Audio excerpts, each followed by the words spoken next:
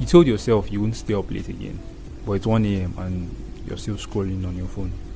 You also promised yourself you wouldn't relapse again, but you're already in Chrome typing XVI. What are you typing? You're typing X videos? There are times where you tell yourself, you're not going to do this bad habit anymore or that bad habit anymore, but you still give in and do them anyways. It's normal. You're human. But instead of seeing failure as a way to beat yourself up for your shortcomings, use it as a tool to learn and prepare yourself for future occurrences. So there's this book called The Great Mental Models Volume 1, and it talks about thinking, concepts, and so on. And there are actually 3 volumes to this book, and each of them are really, really good. Like when I finished Volume 1, I straight up went to Volume 2 and Volume 3 to just I basically binged 3 volumes, and I think Volume 4 comes out later this year, 2024. I think maybe around October or so. I'm actually excited for that one. That one talks about economics and arts. I'm actually waiting to see what they talk about in that book. So back to the book. So there's this mental model in the book, and it's called thought experiments. So basically, thought experiments are devices of the imagination used to investigate the nature of things. So let me explain this further. Basically, thought experiments are like visualization we carry out in our mind to kind of predict the outcome of a certain situation, which in a way helps us to make better decisions. It could be about something that will happen in the future or something that happened in the past. For example, let's say you have an exam coming up and you ate bad food, and as a result of that, you had a really bad stomachache during the exam, which made you not perform your best, and you ended up getting a C in that exam. After seeing the results, you start to visualize what would have happened if you didn't eat that bad food and you were sharp and fit for the exam. You might have even gotten an A in that exam. So because of this visualization, you become more careful of the food you eat before taking any test or exams, and in other words, you make better decisions. So they can help us to do the following: that is, help us learn from our mistakes, avoid future ones, that is future mistakes. They let us take on the impossible, evaluate the potential consequences of our actions, and re-examine history to make better decisions. So basically, one of the things we can use this mental model for is to foresee failure, is to visualize and predict those instances or scenarios where we might fail. Now, how do we use this mental model to help us foresee failure? Let's say you ask yourself the following questions: what will make me procrastinate my work tomorrow? Why would I skip the gym?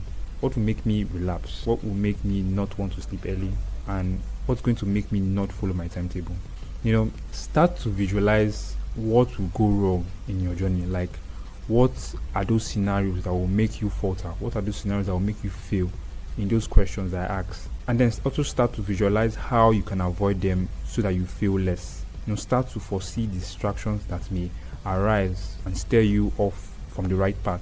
When you visualize these things, when you visualize what is actually going to go wrong and how to solve them, write them down, write these things down, and then you can actually read them to yourself every time those distractions arise. Okay, let me just give you an example. Let's say the first one, which is what will make me procrastinate my work tomorrow. The first one for me is not sleeping early, which will make me tired to work tomorrow. How can I actually avoid, not sleeping early? How can I avoid myself from staying up late and doing pointless things? I could maybe go to bed early, follow my timetable, turn off your data when it's 8 p.m. and start getting ready for bed. Set your most used apps to shut down when it's 8 p.m. So these are things that can actually help me, to go to bed earlier. I can even set an alarm to go to bed when it's 8 p.m. in case I forget. So these are things that can actually help me, prevent myself from staying up late, so that I'm not tired tomorrow when I actually have to work. So what's another thing that can make me procrastinate my work tomorrow? The second one is not getting some sunlight in the morning.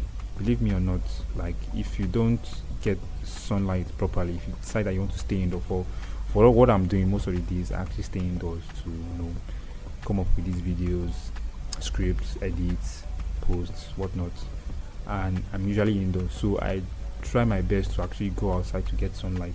So me not getting sunlight a full day, maybe like throughout the morning, throughout the afternoon, is actually going to make me a bit stressed. and you don't want to be stressed when you're trying to put in maximum productivity. So what can I do to prevent this?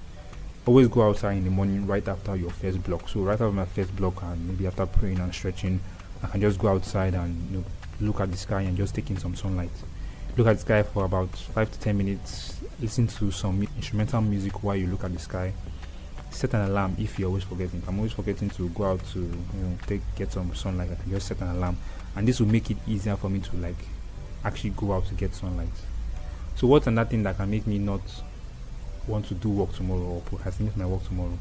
Not writing down things that needed to be done the day before. So sometimes when you don't write or you don't plan those things that need to be done a day before, you end up your activities end up becoming random. You don't know what to do next, so you just sometimes I even choose to do shallow work rather than deep work that you should actually prioritize. So sometimes you may end up choosing shallow work that don't really matter, compared to deep work that actually matters to maybe your goal or to whatever it is you're doing. And then not writing it down actually makes you more prone to choosing those shallow work, those easy tasks that you can do mindlessly. How can I solve this? So before bed or in the evening, jot down the things you need to do the next day. Write down how you go about them if need be, as well as the time you're going to do them. Do it right after you finish journaling. So right after I finish journaling, I write down the things I actually need to do the next day. I write how I'm going to go about them. And also sometimes I write the time as well when I'm actually going to do them. So what's another thing that can make me procrastinate my work tomorrow, make me not want to do my work tomorrow? And that one is fapping the night before. Yes, because fapping the night before will actually make you less motivated to do work tomorrow, because you're just drained of your energy. You don't know, your sperm is actually your essence as a man.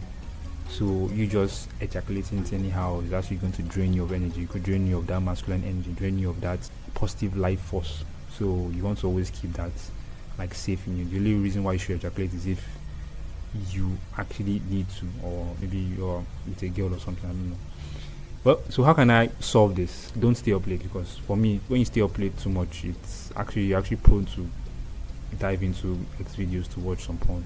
Put your phone away and far from you if you need to stay up late. So if I need to stay up late, maybe I'm doing something, I don't know, whatever it would be I'm doing up late. But if I actually need to stay up late, I can just put my phone away from me, because if you don't have your phone on you, there's no way you can go online to watch porn. It's no brainer. Once you get the thoughts, drop your phone away from you and go to bed. Put your phone on airplane mode. Make sure you're offline by 8 p.m. These are things that I can actually do to help me not fap the night before, maybe if I have to work tomorrow morning. So what else can make me not want to work tomorrow? No internet to go online. So there are some times where I'll have some online tasks. Maybe I have to go and download some resources, so I have to check some facts, and I may not have maybe data to go online, and it's going to be frustrating. It's going to make me not even want to just work at all, just do anything. So instead of actually getting angry or letting it get to me, I could just decide to just do the next important thing offline, the next important offline task. Go through your list of tasks and find out what is the next best thing you need to do. Maybe, for example, if I needed to go online to download some online resources or check some facts, the next best thing to do could be maybe editing a video that needs editing, or scripting a video that I have an idea for a video, I can just decide to script that one, or I could just edit the slides to make the video. There are so many things that I can do offline. If I didn't want offline stuff, I could just read a book. So instead of actually getting angry, just do things like this. Don't get angry at all and upset that you can't do the online task just yet. So the next one is, what's going to make me not exercise tomorrow?